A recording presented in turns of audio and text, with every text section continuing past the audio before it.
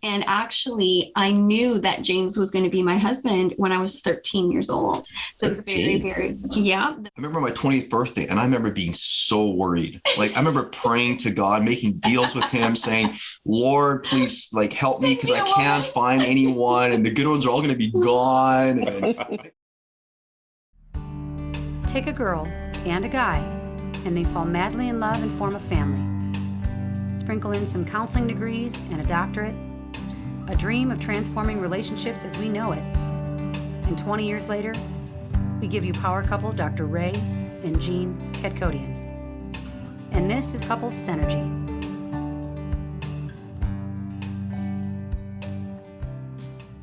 And welcome back to another episode of Couples Synergy with Dr. Ray and Jean. Hi, I'm Dr. Ray. And I'm Jean. And this is our podcast about love, marriage, and relationships. Please check us out online at couplesynergy.com or on Facebook and Instagram at Couple Synergy. And please subscribe to our podcast and leave us a review or send us any suggestions on topics you'd like to hear more about. And now on to Couple Synergy, an in-depth look at love, marriage, and relationships, where we bring our experience helping thousands of couples transform their relationships for over 20 years. Every day we get to hear intimate details about a couple's celebrations, disappointments, and everyday challenges. We've often wished these stories were shared because we know we are more similar than different.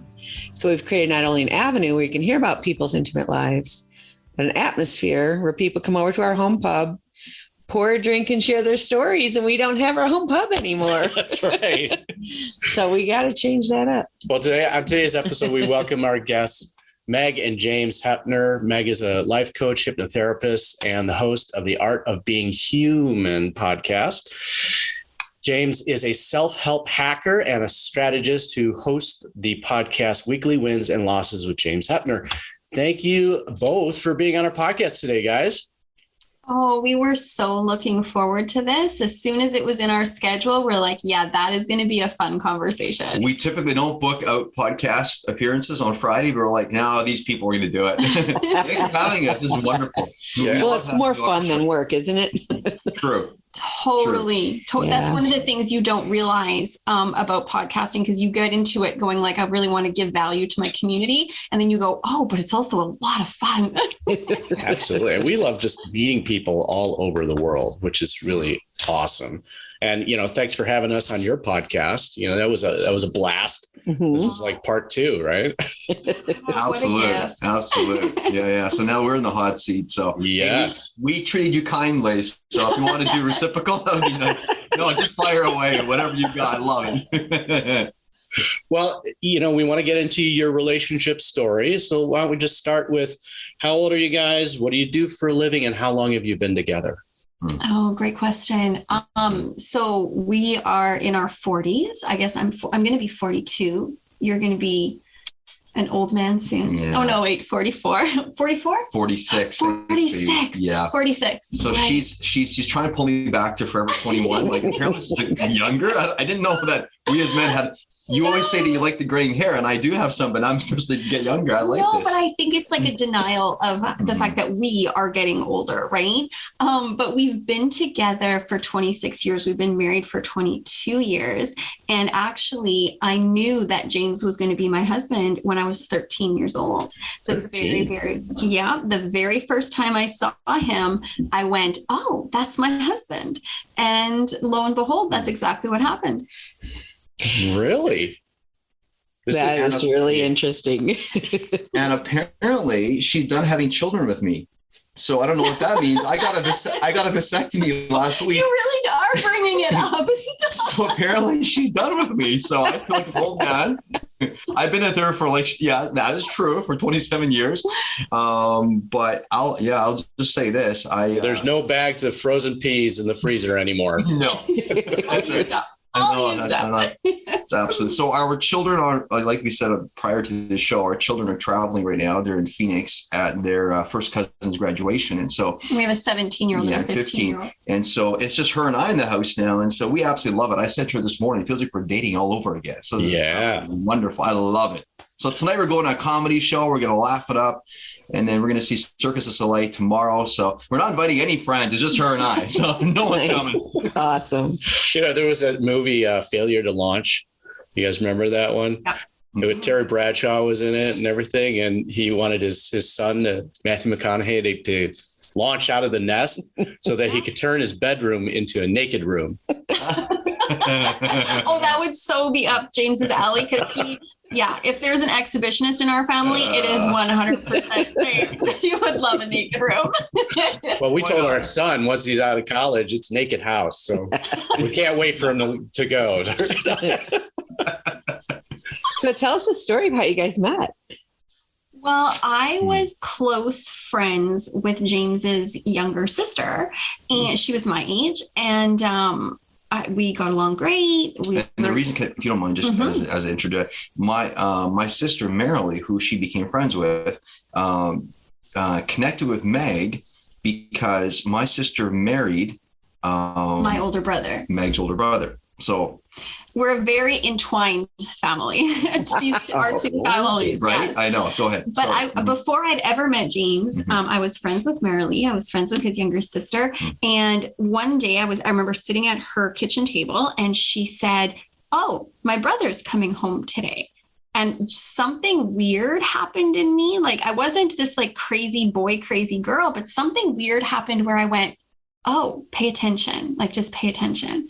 And I remember hearing his vehicle come up the driveway. They lived on a farm, so there's like this crunch of the gravel. I remember hearing him open the door and coming into their entrance. And I always say when he came into the kitchen, it was like the heavens opened and the angels just sang. Like, it was a moment I remember. And I remember looking at him going, "Oh, that's my husband." And then I got, like, of course, really nervous and shy and whatever, right? I was 13. And I went home that night and I wrote in my diary, "Today I met the man I'm going to marry, but I'll date a few other guys first." I don't know why. I figured I needed experience. Well, and the problem, I mean, she's 13 and I'm 17. So I could tell she had eyes for me, and she was really nice to me. And I thought, she's really cute, but I'm like, this is wrong. Like 17, 13. So there's no dating going on. You were not looking at me that way. Yeah. Then, no, exactly. Right. And however, so I knew that she was able to date when she was 16. I remember driving through town one day and I saw these boys were chasing her around town. They're just having fun. And I remember thinking, this is not okay. This is not okay. So that's how we started dating. You're 16 and it was kind of different. I was 19, you were 16. So we took it slow for a while, but let's be honest, you got married when you're, 19 3/4, and I was 23. Yeah. So it's funny when you tell the story now in the day and age that we're in now, it seems like, oh wow, were we ever young? But like, we lived in a small town and it was 26 years ago. And it was just, it was very natural and normal. Like, it didn't seem as young, I guess, because now I look at my kids and I go, oh my gosh, you're so not ready for a relationship. But the scenario that we were in, the values our families held, this community we were in, it was really important to find a spouse. It was really important to find someone to love. Do you think that there is some connection to that feeling that you had of that knowingness? Where do you think that came from? To me, this is a very weird thing that happens to me. Like, to me, that's my women's intuition. I know I was only 13, but to me, that's my intuition, sort of and my sort of connection to the divine, if that's not too kind of wonky to say.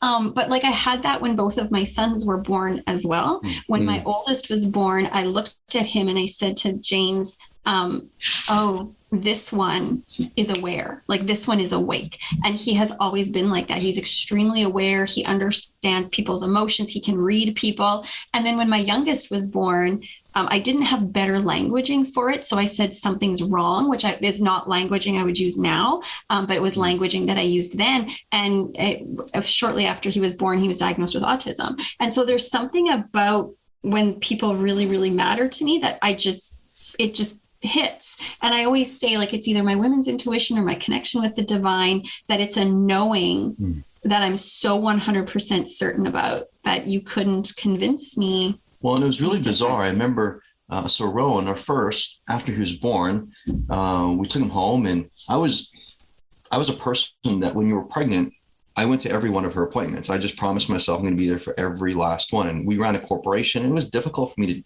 and challenging to schedule off, but it didn't matter. I went to every single one. I heard their heartbeat for the first time and recorded it on my phone, and I have it someplace in my files. And it was just me. I was excited about being a dad and supporting her and supporting us and just starting this thing off well. And I'll never forget. So we took Rowan home from the hospital, and we brought him into our new home, and I said, hey, honey, I'm just going to go to the office. I had promised her, by the way, that I was going to stay home that day. But then I had a lot of emails and calls come in. I just needed to go to the office for like a couple of minutes, maybe half hour, an hour or so. And then so I said, I'll be right back. And she goes, hey, this is totally fine. And we got the bassinet set up beside the bed. And I kind of tucked her, put a blanket over Meg, and she had Rowan beside her, and it was all good. However, what was really interesting is I was at the office for about 5-10 minutes, and the phone rang, and it was her. And she was crying. And she goes, James, you got to come home. I said, what's going on? And she says, I don't know what to do with this baby. This baby can see straight through me. And I said, oh, baby, don't worry, but I'll be right home. That's no problem. He's just a little baby. It'll be just fine. I remember thinking she was kind of crazy. Like, honestly, thinking this is just like baby blues or something. But then when Rowan was growing up, he was super young still. But I remember the way that he would look at me while he's sitting in the high chair. Like if we put spaghetti in his plate, the way he'd look at me, I remember thinking there's something going on here. And honestly speaking, that kid's 17 years old, and he's always been like that. Like he's like an old soul. Mm-hmm. Just super. So anyway, to your point. Yeah. Mm-hmm. Now you said you guys grew up in a small town. Like what was the population? How small are we talking? Mm-hmm. So there's 3 communities within a radius of 45 minutes, and combined those 3 communities had the small towns had about 30,000 people, and the town where we met was Winkler, and so I think at the time they had about 9,000 people. So yeah, 30,000 people, and it's a farming community, like directly across the border from North Dakota. It's a farming community, right? So, I mean, given the community that you grew up in, getting married at 19 and 24, was that young? Was that on target? It was not. That was normal. We grew up, so we're not practicing Mennonites anymore, but we grew up as Mennonites. Mm-hmm. And so this idea of getting together and finding a spouse and starting a family was just sort of bred in us from very young on, that was your biggest priority. And it's also a religious community. And so because it's a religious community, the nuclear family gets very, very important. It gets kind of glorified in this particular religious community. And so there was this get your nuclear family, like create that. And so I remember being 13 and already going, I need to keep my eyes open for a spouse. And I remember when we got married, you were 24 and you went, yeah, like I'm old, like I need to get married. And honestly, before I started dating her, I was 20. I remember my 20th birthday, and I remember being so worried. Like, I remember praying to God, making deals with him, saying, Lord, please, like, help me because I can't find anyone, and the good ones are all going to be gone. And it was the weirdest thing. And of course, my oldest is 17 now, and he doesn't have a girlfriend. And it's funny how, if we're not careful, we become addicted to our trauma bonds, and we put it on our children. You know what I mean? And so I have to work with myself going, you don't have a girlfriend? Like, is there a problem? And he's like, Dad, like, I'm fine. I'm like, I get it. I'm like, I got wounds, man. I got wounds. I'm just trying to shake him through you. So just forget about it. Right. Anyway. You know, it's interesting. A lot of the couples that we've interviewed, they knew right away. They knew that was their person. And, you know, I've read somewhere that if we're somewhere before we're here, maybe we make some contracts and put some signs in and we kind of know. And Greg Braden has done some, well, he talks about, I don't know if he's done this research with heart math. Are you familiar with heart math? Yeah. Mm-hmm. So he said it takes 180 seconds for your heart to know. Really? 3 minutes. Isn't that crazy that this person is a person that you love? That's how quick it happens. So what was it about each other that you fell in love with?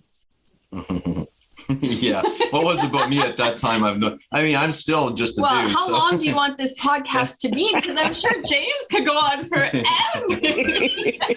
Oh, okay. I'll start. Hey, I will start. I'm going to own this. So what I loved about this little one is she's a laugher. She is a bundle of joy. And I remember when I met her. So first off, I was raised in a very Christian home. My dad is a pastor of a mega church, and there was lots of rules, like a lot. We were taught what to think, how to think, not so much. Okay. So a lot of what to think, a lot of seriousness. My dad gave his life to the church, had a small farm, never got paid by the church. He was offered to, but refused, gave his life. And this is a, beautiful mission, really, if you be honest. Like, he would spend so many hours and evenings, counseling and being at the bedside of people who are dying and marriages, like, all honor to him. It's just a beautiful, beautiful thing. But I'll say this, for me, I'm always interested in challenging kind of the status quo. And so my brain works a little differently. Harrison was diagnosed with high functioning autism. I've never been diagnosed, and Meg neither, but genetically it's somewhere. I've worked on myself ferociously. Let's just say it like this. So if I had thoughts, I remember as a child, and my parents are busy, like managing a small farm, church life, but I had 4 sisters. And, I'd have these random thoughts and things that probably came about. And I remember that there wasn't a lot of ear for what I had to say. That's how I felt anyway. Right. And so there was a lot of just, I would say, and then it was quiet, and then just shift the conversation. And so my parents, and I think what they must have done because of the church, the organization, they bonded through similarity. Difference was hard for them to embrace. And so, of course, I brought a lot of difference. But even still, my parents viewed spirituality very seriously. God is somebody you don't want to piss off. He's going to come and destroy, these kinds of things. And so when I met this little one, to your point, she laughed, but she's a little rebellious. I remember when I was dating her, I remember she pulled out a pack of cigarettes and she lit up. And I'm like, I was a social smoker, and I tried to inhale it the way this little one. I'm like, holy, she deepened the lungs and she blew a smoke ring. I'm like, wow, she's cool. I'm like, she's amazing. Cool. Anyway, so as you can see, I'm like going, okay, she has got some life. She likes to laugh. She pushes the edges, but she seemed to be all of what I was craving. So for me, I'm a pretty intense person, and she's kind of chill vibe, and she can feel things out. So she's like the water and I'm the fire. And I just remember going and the way she could debate topics, it was like, oh my goodness, this little one, she has fire, and I'm like, this is so fascinating. Right. And so that was the thing. And of course, I mean, I call her, I'll share this. I call her to the people that I don't know very well, I just say she's my mini Meg, but people I know a little better, like you folks, I'll say she's my mini Megalicious. That's who she is for me. She's just like my doll. Anyway. I cannot believe you shared my smoking story. I was a social smoker, but it was a long time ago. It was like 96. At age 16, huh? No. Exactly. I know. Mooching cigarettes off your dad, probably. That's so terrible. Yeah, that's interesting. I know exactly what attracted me to James right away, other than him just being ferociously good looking, is the fact that I get bored extremely easily, and I don't enjoy the status quo. The status quo makes me want to just check out. Like, the minute someone goes, I'm going to live right by the status quo, I'm going to do everything really appropriately, blah, blah, blah, blah, blah. I'm like, that's great. That's fine. You're a lovely person, but I'm not going to be in a long-term relationship with that. And the thing I loved about James is he would connect things that had never been connected for me before, because he viewed the world completely differently. And he would say things that I thought were taboo, but he somehow had the guts to say them. And I was like, oh, I so like that. Like, that to me was so interesting. And you had a fascination for everything. And because I get bored so easily, it's so nice when you remind me, like, hey, these things are fascinating, like dig deeper, dig deeper, dig deeper. So that those were the things that I immediately went like, yeah, that's the type of person that I want to spend the rest of my life with. Like, I'm an Enneagram 9 and I need an Enneagram 4 to like get me into feeling stuff. So growing up in a Mennonite community and culture, there's a lot to kind of buck the system, right? And rebel against, right? I mean, there's a lot of status quo and a lot of rules.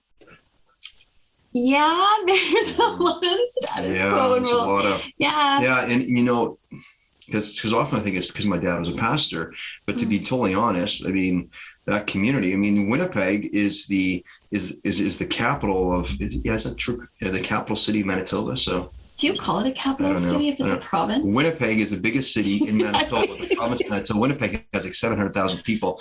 And what's fascinating is, so Winkler, where we lived, it's about an hour and a half drive. And what we would do for a good time, we go to Winnipeg. And of course, Winnipeg, businesses were open on Sunday. In Winkler, all the businesses were closed on Sunday.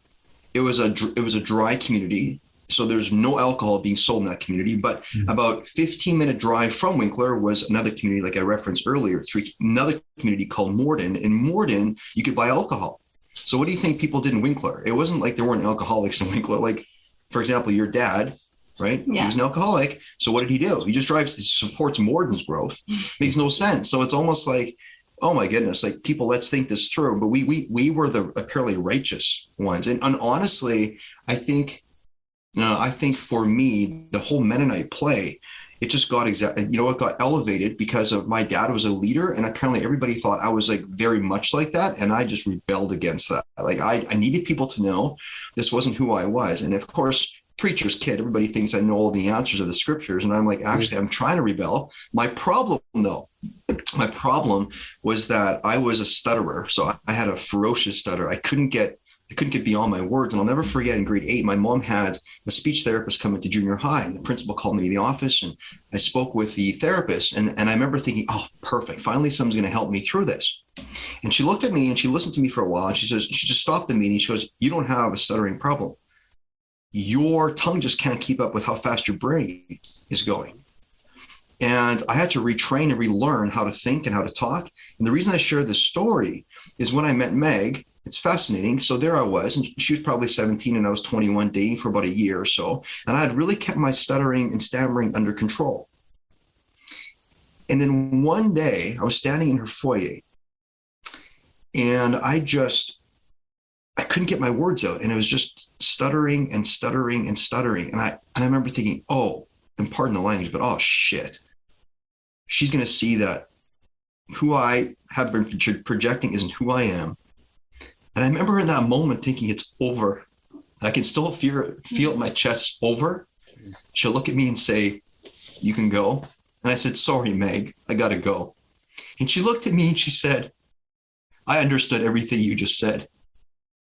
And I couldn't believe it because I knew what I was trying to say, but she got it. And that was the moment when I'm like, she is mine.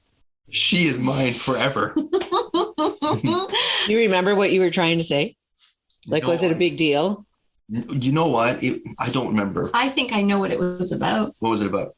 I think it was about the fact that you were working at a place that you didn't like, and you were trying to express how you were feeling about working at this place. Probably. You were doing sales at a radio place. And I remember you were kind of like trying to get out why this was difficult for you. And I don't know, to me, it was just like no big deal. But enough of me, like, so they're asking also Mennonite, like think about your life. Go ahead. You know, before you guys get into, maybe you can give us a little bit. I mean, we're originally from Chicago area. We don't typically run into any Mennonites or, and I was thinking maybe you guys can differentiate between Mennonite and Amish, because I think the two communities are very misunderstood and, misidentified.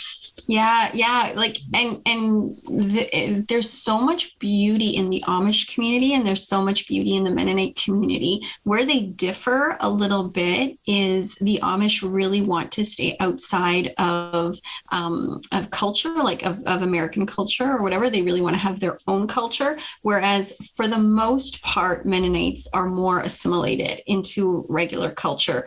Where they sort of separate themselves is language. They speak their own language. They have an Anabaptist sort of religion. So very, very pacifist, very adult baptism, things like that. If you're familiar with Christianity at all, some of that will make sense. And they will use modern conveniences where the Amish don't use modern conveniences, right? They drive horse and buggy and they don't use electricity, whereas Mennonites will do that. But the thing that is similar about them is the fact that Mennonites will see themselves as something separate. So yeah, you might be a Canadian. We're up in Canada. You might be a Canadian, but you're a Mennonite first, right? So you sort of see yourself as something outside of the rest of the world. Mennonites say you were set apart for a lack of a better way of saying it. That's sort of their comfortable languaging. Menno Simons is the head of the Mennonite tradition. Some people say Mennonite's a faith. I don't hold Mennonite as a faith. It's just a tradition of people. But Menno Simons, like the Catholic Church, and you understand this better, but I think Menno Simons broke off the Catholic Church a long time ago. So that there was a split off, Yeah. Yeah. So it's very traditional. And the clothing is fairly similar a little bit. It depends on how Mennonite you are, for lack of a better way of saying it. My mom dresses in a bit of a more traditional Mennonite way. I have aunts and uncles that wear head coverings and dresses. Yeah, so they dress a little bit differently and don't use modern technology and really kind of submit themselves to a very literal reading of the Bible. Okay. And so your upbringing, you started to talk a little bit about originally coming from Mexico. Is that correct? Yeah. So my family is we're not Mexican, we're Mennonites, but we did live in Mexico, or my family lived in Mexico. I'm actually the first Canadian born child in my family. But my family lived there. And so it's infused with a lot of Mexican culture, which I'm extremely grateful for. But they grew up there in poverty. So my grandmother lived in a small home with no running water, no electricity, no outdoor plumbing, indoor plumbing. You had to go use a little outhouse, dirt floor. So that's sort of where we come from.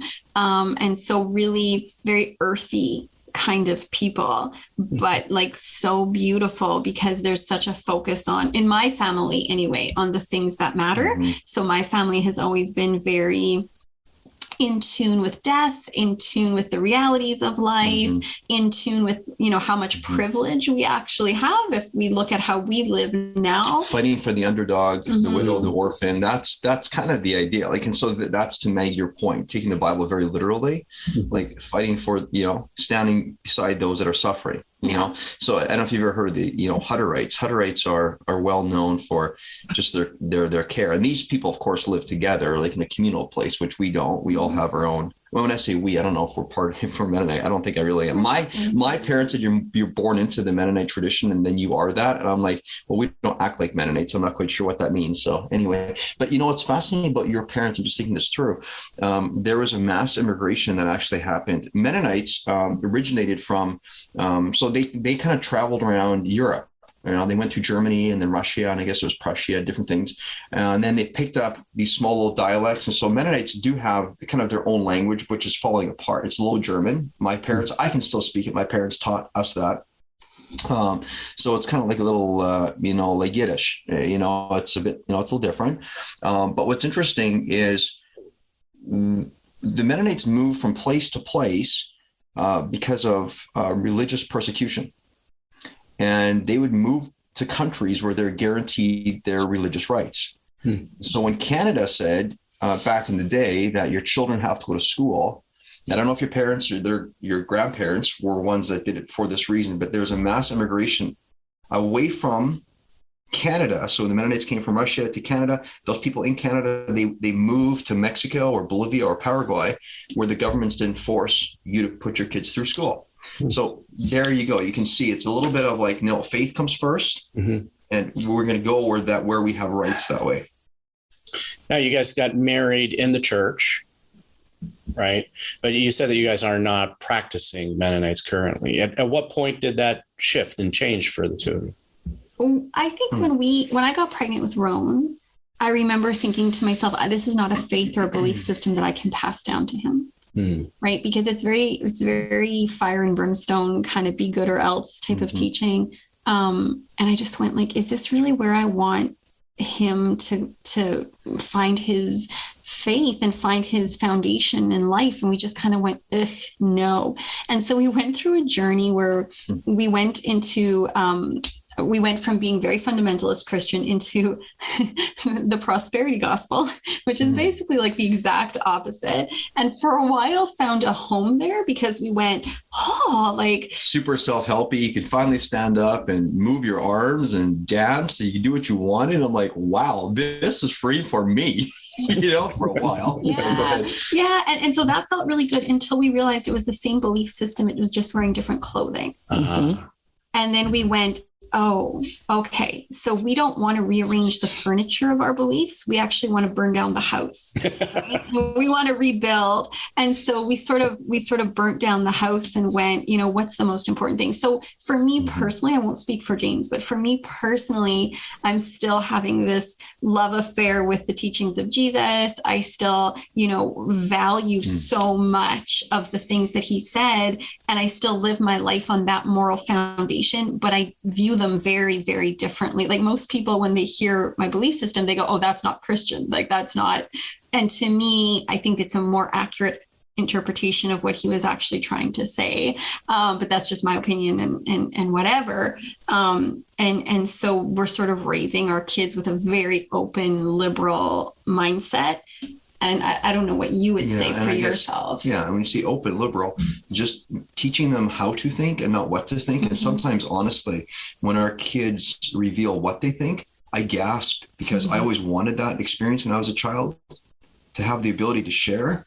But then when I hear what they say sometimes, I kind of think to myself, oh boy, did we screw up? Because they're thinking, but then I have to go back to them. No, we taught them well how to think our best we could. And they're just playing with it. They're trying on different things, and it's a beautiful thing, and they're making room. And so actually to the play of making room, I'm with what you say, Meg. And, I think I would consider myself a person of faith, and I would still say I'm a Christian, but I'm now a religion-less Christian. So the orthodoxy, so all of my work, I return choice to people.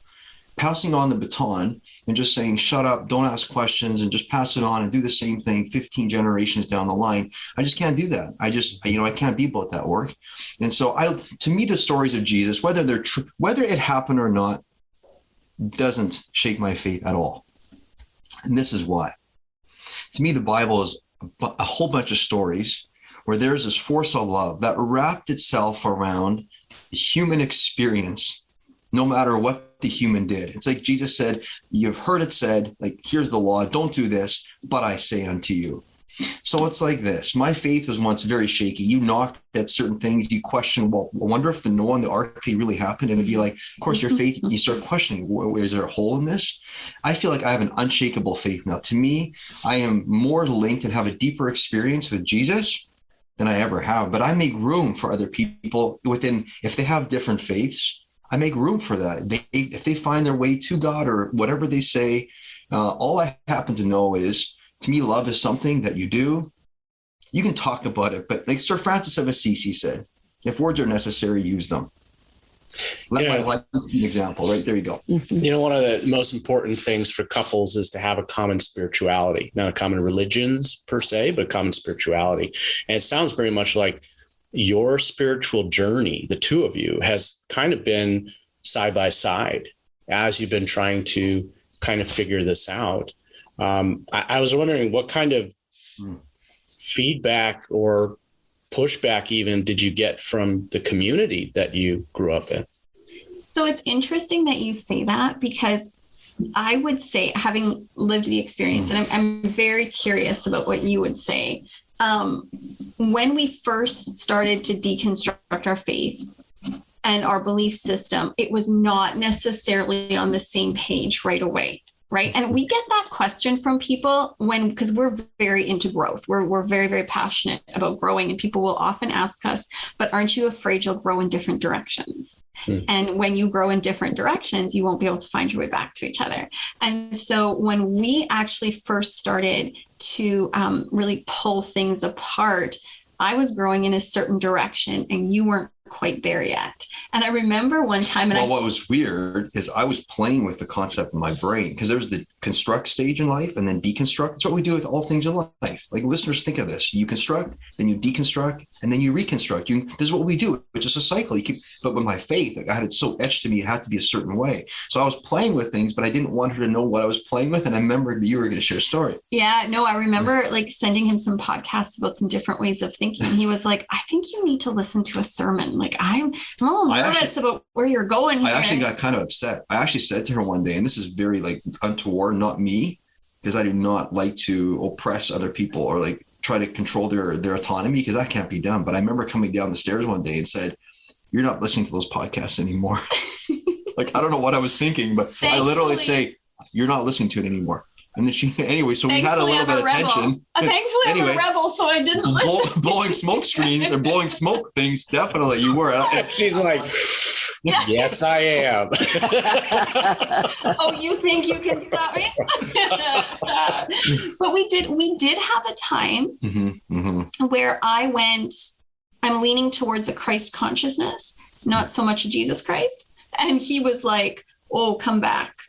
Where are you going? Right. Well, I think for me, it ended up being, to be honest, the question that I had and that I just came up with is, how do we find need of God?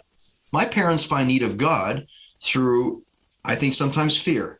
They don't want to go to hell. So then we find need of God. I don't want to. So it's fear ourselves out of hell so we can go to heaven or whatever that is. I remember thinking, where am I going to need God all of a sudden? If I just like say, these stories or different things. And then, of course, I was thinking like manhood, and I think society still has this, and this is not supposed to be sexist, but I really take responsibility for my family. I just do. We have 2 boys, whether 2 girls, 2 boys, doesn't matter. But I'm like, I wonder what this means for our boys. Like, I grew up with a faith tradition, and I happen to be honest, there's some beautiful things. We have friends that weren't ever raised in a faith tradition, whatever that is, but they're never raised in any faith tradition. And, sometimes I see them stumble through life, and I'm thinking, why don't we stumble? Like, for example, when we got married, it was till death do us part. And that's how Mennonites do it. And we make a commitment. Like when it gets rough, we don't get on the bus and take off. We don't do this. I mean, there is divorce, of course, but it's one of these things where it's like shocking. You're divorcing, like what happened? Like something horrible had to happen, right? Yeah. Yeah. So. Yeah. That's such an interesting thing. I think where we always agreed, regardless of how different we were in the beginning, is the fact that love was a main priority for both of us. Mm-hmm. How do I love you? How do I love you? How do I be loving towards you? And even though that was sometimes not the easiest, and even though sometimes that maybe looked in a way like we didn't maybe understand, even like I'm being loving by saying, hey, don't listen to those podcasts anymore. I know he wasn't trying to control me. He was trying to love me. He was trying to go like, look, are you becoming some West Coast liberal crazy woo-woo person? Like what's happening to you? And he was trying to rein me back into a reality that he thought was more true. And so it was just realizing like, okay, this is coming from a loving place. This is coming from a loving place. That in the end, that was the value, I think, that held us together when it felt like we don't know where we're standing. We don't know what we're doing. And I think that's actually been something when I look at our years together, that's always been the value that we've come back to. This idea that what is the most important thing? Love. So what's the most loving thing? This.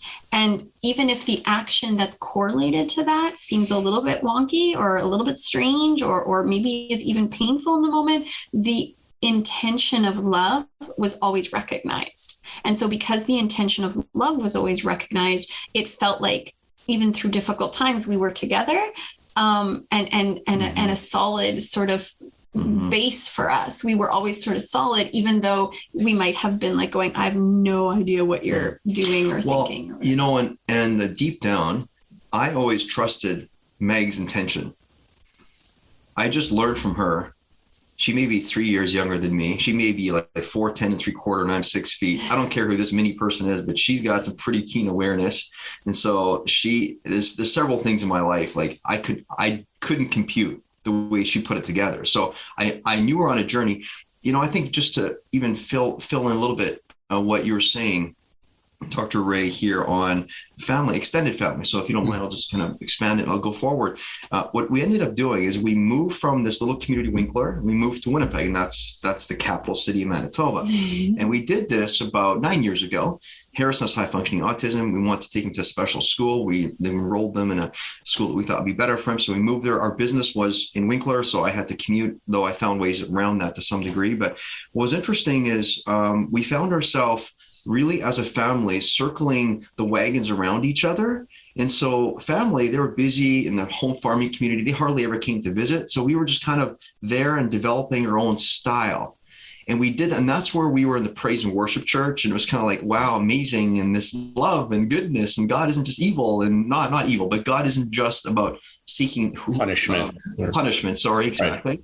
Right. And, but then 6 years ago, then we moved. So tying in, you're saying West Coast. So 6 years ago, currently we live in Vancouver on the West Coast. And again, our family doesn't travel that much. And so I think we kind of put ourselves into this safety place where we were able to deconstruct our faith.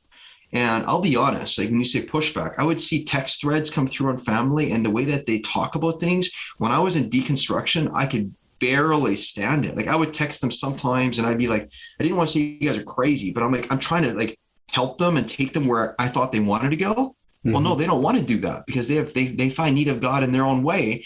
So I got more upset and finally I had to like get off of some threads for a while. It's just messy, but I never really got angry with them. But now what's interesting is now we've kind of reconstructed, which now we leave room for them and what they do is perfectly fine. And that's how they choose to serve and choose to show up. And so it was rocky, but I think because we moved to new locations for us, I don't know what you think, but it helped us and it helped me because, being a dad and responsible for the kids and different things, I could relax. I could observe my children. That back to your thing, the stance on love. I could observe our boys are loving, good, present people at the store, at the school. They'll always say like the boys are just so loving. And I can hear this. So I'm not looking for validation. I could just see that. I think we're on the right track. And grandpa keeps saying these things. And I don't think they really know how far we've deconstructed our faith, but they're curious, I think. So I don't know if they'll ever ask. I'm okay with it. So. Okay. I think it's interesting, at least here in the United States, a lot of people have moved away from religions and the schools have really become this driving force. And, in any type of, religious type of environment, you're really asked by what you can give. And that's, I think, a really important thing for human beings. And the school systems here is about what can I get? Mm-hmm. And these younger generation are they're calling it the narcissistic era because it's all about the self. Even we take selfies and it's interesting and they're not able to really pull off relationships at all. Mm-hmm. And you guys are talking about this, we know that we're here to love each other and what can I give? And that is like one of the things that makes life rewarding and satisfying and safe and good. And I think there's a lot of unfortunately lost. Yeah, I think you're talking about this deconstruction of your faith, but then you also talk about the reconstruction of it. Mm-hmm. And I think that what we're seeing, this trend of the deconstruction happening, but there isn't any reconstruction. There's nothing. Right. Yeah. There isn't after, putting it back together and like figuring out how you make sense of the world, how you connect with people and how we, fit in this universe. That's not happening. Yeah. Well, you see this. Yeah. You see this weird people going from construction to deconstruct, but instead of moving forward and reconstructing, making it all belong, pinging back to construction and then back to deconstruct. And they're in this angry stance. And one of the things that I love that you've taught me, Meg, you've done it so well, is you keep talking about emotions are like arrows. So Jesus was always pointing to something greater than him. He says, listen, I'm not the deal. I'm not the deal. He's constantly so Meg keeps saying, like, when you have an emotion, so if you're in deconstruction, and when I get the text thread from my parents and it makes me angry, for example, and I'm an amateur in the Bible, but Bible says be angry and sin not. It's just like, let your anger point to proper action. Let it take you. And right next to anger, if it's proper action, will be sadness. And after sadness is love. Sorry, you were going to say I cut you off. No, it's okay. I think that's a good point. But to your point about being a narcissistic sort of culture that we're diving into, I think that was one of the things that in our marriage we had to realize, because being set up in a glorification of the nuclear family, being set up so that was our immediate culture, but then being set up in the bigger culture, when you're watching the rom-coms, when you're watching Failure to Launch and all this stuff, and you're sort of saying, your person will complete you, right? Ad nauseum. Your person will make you whole. Exactly. I think when we finally realize our person is our teacher and our mirror, not our validation and our completion, that we went, oh, these things we think are problems are not problems. They're opportunities for growth, right? Because even like if you look at the deconstructing of our faith, if we would have looked at that like, oh shoot, we're having problems, right? That would have made it a much, much scarier situation. But if we look at it and go, okay, you're my teacher in this moment. I disagree. I don't understand. I don't like what I'm seeing, but you're my teacher because you're something I want to reject. And I need to learn to accept the things I want to reject in order to grow spiritually, right? Or even a mirror. If you're mirroring me and I don't like it, it's really not about you, it's about me. And so going, oh, so if I'm looking at you going, you're such a jerk. Oh, that's my work. Not very seldom is it his work, right? Because my world is happening within inside of me. Yeah, the storm isn't out there. The storm is, do you feel it? The storm is in here. I often talk to my clients about this. I ask, where's the storm? And they go, well, it's all this. I say, well, have you observed some of these people don't look very unsettled? Yeah. Anyway. Yeah. I always say, what's the common denominator here? 100%, 100%. And so I feel sad for couples who are getting married or getting together right now or whatever, or even if they've been married for a long time, but that look at each other and go, you're the fault or you're the problem, or if only you would change. Now, in cases of abuse, stuff like that, yes, 100% get yourself into a safe situation. You don't need to put up with abuse. But when it's that sort of irreconcilable differences, sometimes I think to myself, like maybe if you were to say, look, who knows if we're going to stick together? Who knows, this may or may not work. But right now, you're my teacher. Right now, you're representing something I want to reject, and I need to open my heart to accepting it. And once I've accepted it and come to terms with it, then I can decide, now, is this a long-term thing for me or not? Then I'm prepared to say, is this a relationship I want to be in? But if I'm still in rejection mode, I am not in the mental place to say, should I be in this relationship or not? And then they just recreate it. Exactly, because you're going to take yourself into the next relationship. Can you guys share your engagement story?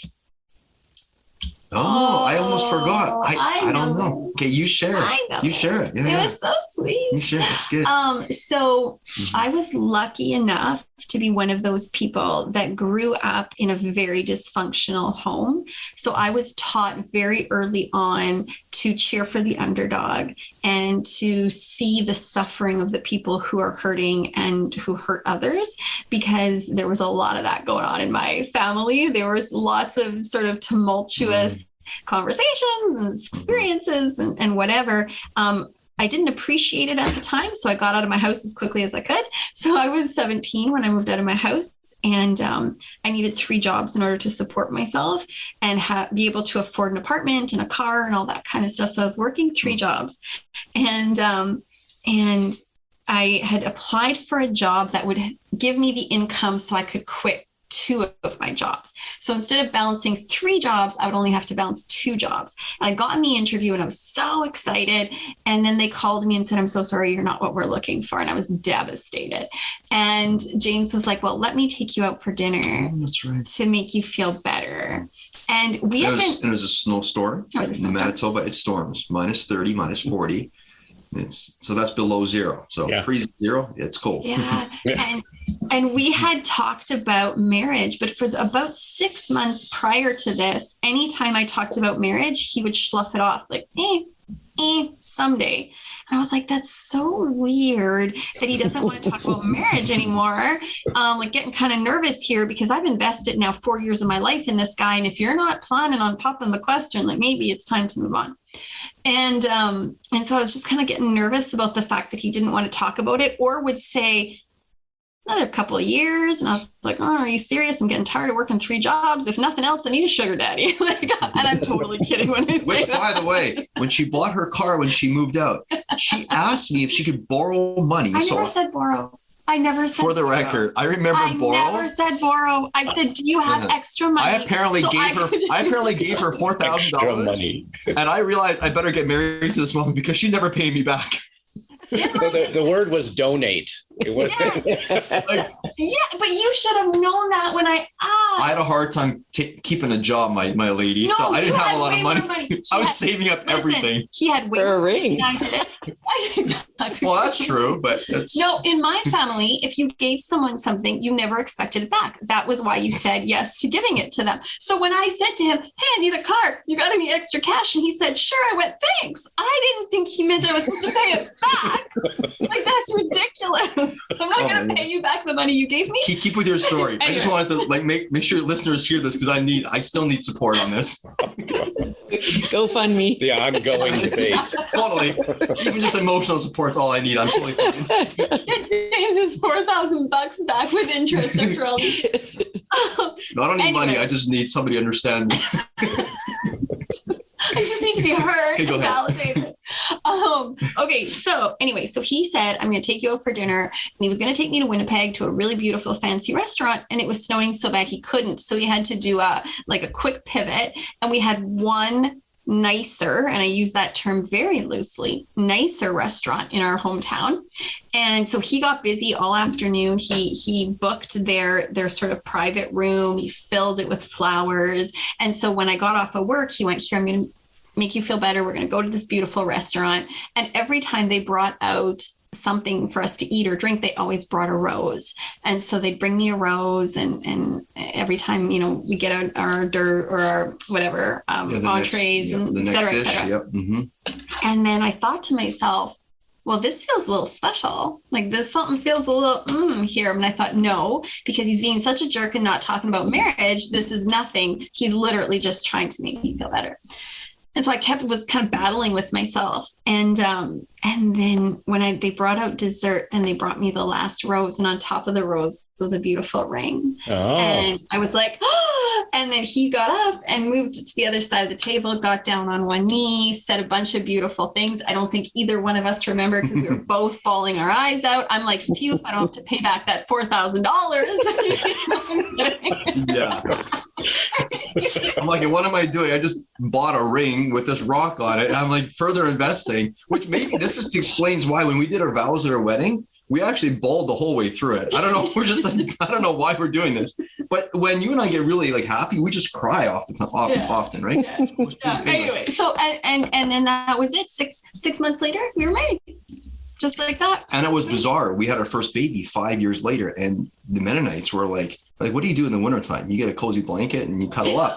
Sorry, So they were like, hey, is there a problem? Like, you guys have marriage issues, or is there something going on with the parts? And we're like, no, we're good. Was that planned? You guys waited? Yeah, we waited. Okay. Yeah, my mom was a bit of a rough mom. She had a unique parenting style, my mother. And so I always went, perhaps I'm not meant to be a mother, because I'm not sure I know how to not be that. Mm-hmm. And then he went, we're getting old and I want kids. And I went, because we were so young and dumb, right? Really, we really were, looking back. And so he went, look, I want kids. And I went, well, okay then, right? That was about as much thought as I put into it. And then when I got that pregnancy test back and they went, you're pregnant, I went, my whole life changed. Just in the blink of an eye. I went, I love this little thing inside of me more than anything else in the world, and I will die for it and kill for it simultaneously. And then after that, motherhood just felt so natural to me, which was a really bizarre thing. Yeah, it's awesome how those that gut level intuition just really helps you through all that stuff. Yeah. So this has been awesome, but I have one last question for you guys. What is it that your partner does that they love you?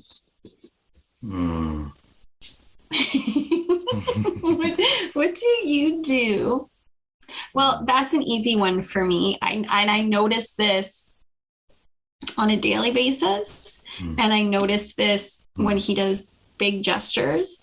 But everything, I would actually say, in everything he does, this is his foundation.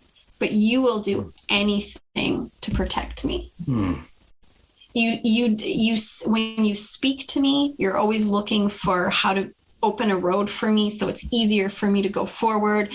If something is happening, you're always looking out for what's in my best interest or what will make me okay. If it's in big things, you think about all the hundreds of things that I would think about, and you prepare for all of them. Like, so you are, and I'm going to use this word and it might be wrong, but you, I feel like, are obsessed with protecting me.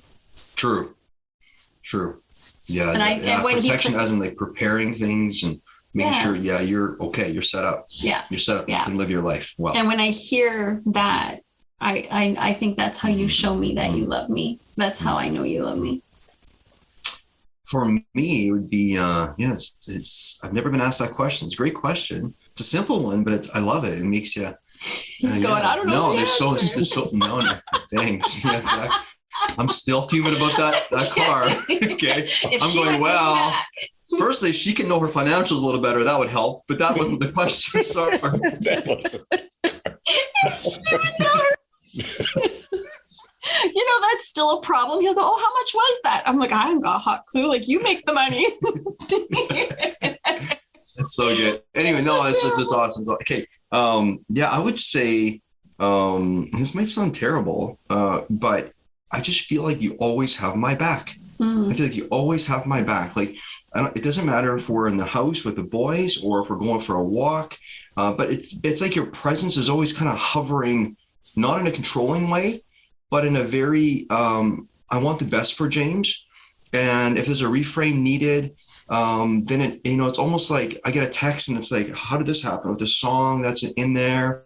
Or if we're with friends, it's like, in a weird way, wow, it's interesting. Like Jim Rohn always says self-protection is mediocrity. So perhaps we need other people to protect us, and you were saying protection.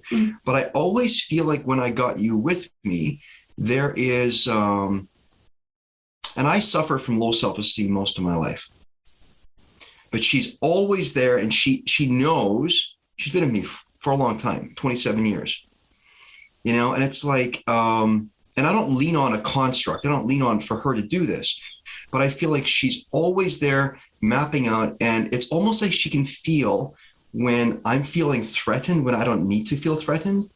And she'll look over at me and she looks at me before I even feel it, is how I feel. So she gets it. And I look at her, it's like, to me, she's just like an amazing, safe place. She's somebody that nurtures my life. She creates this environment. Like, it's just her flow and her chaos is just incredible. Like, seriously, her chaos is just like, it's just amazing to observe her go about and flutter around with the boys. And so I know she loves me because she just dares to be herself. That's the answer. When I started dating her, I always wanted her to be her. And I said, someday I'll give you a safe place. When I see her, she dares to be herself in a larger capacity, not just in our house, but with friends. It makes me so happy. I just wanted this little one, I just wanted her to fly out of the cage and be free. That is so beautiful, guys. Wow. And for all of our listeners, if you want to listen more about Meg and James, you can listen to the Art of Being Human podcast, right? And Weekly Wins and Losses with James Heppner. And exactly, they can just type in Weekly Wins and Losses.com and they'll come to my website, or you just type in James Heppner .p.com and you'll get to and yours is Meg Heppner. Same thing. That's awesome. We'll have that in the show notes. Yeah, absolutely. Guys, this has been a pleasure. Thank you so much for doing our podcast and sharing your story. Thanks for giving us a space to share and for listening. I mean, we just think relationships really determine the quality of your life, right? How you do relationships, and knowing that there's people like you out there doing the work of helping people get beautiful in their relationships and create these really loving environments to live in. I think that's such a beautiful thing. So we're super grateful for you guys and for what you do. Absolutely. Thank you. I want to thank all of you for joining us today on Couple Synergy. Our passion is in helping couples and people have happy and healthy relationships. And this podcast gives us a fun way of bringing our knowledge and expertise to you, our listeners. Human beings have been sharing stories since the beginning of time to bond and heal and grow.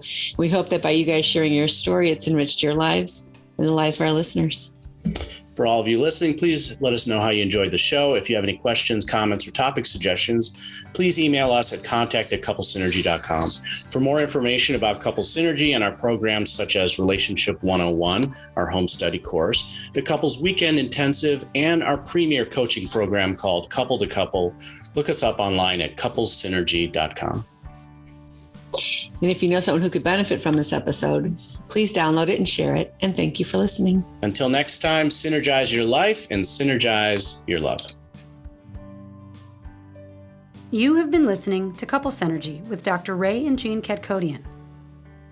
Couple Synergy was recorded, edited, and produced by Dr. Ray and Jean Ketkodian. Voiceover and music entitled Breathe and Let Go was recorded and composed by Gina Gonzalez.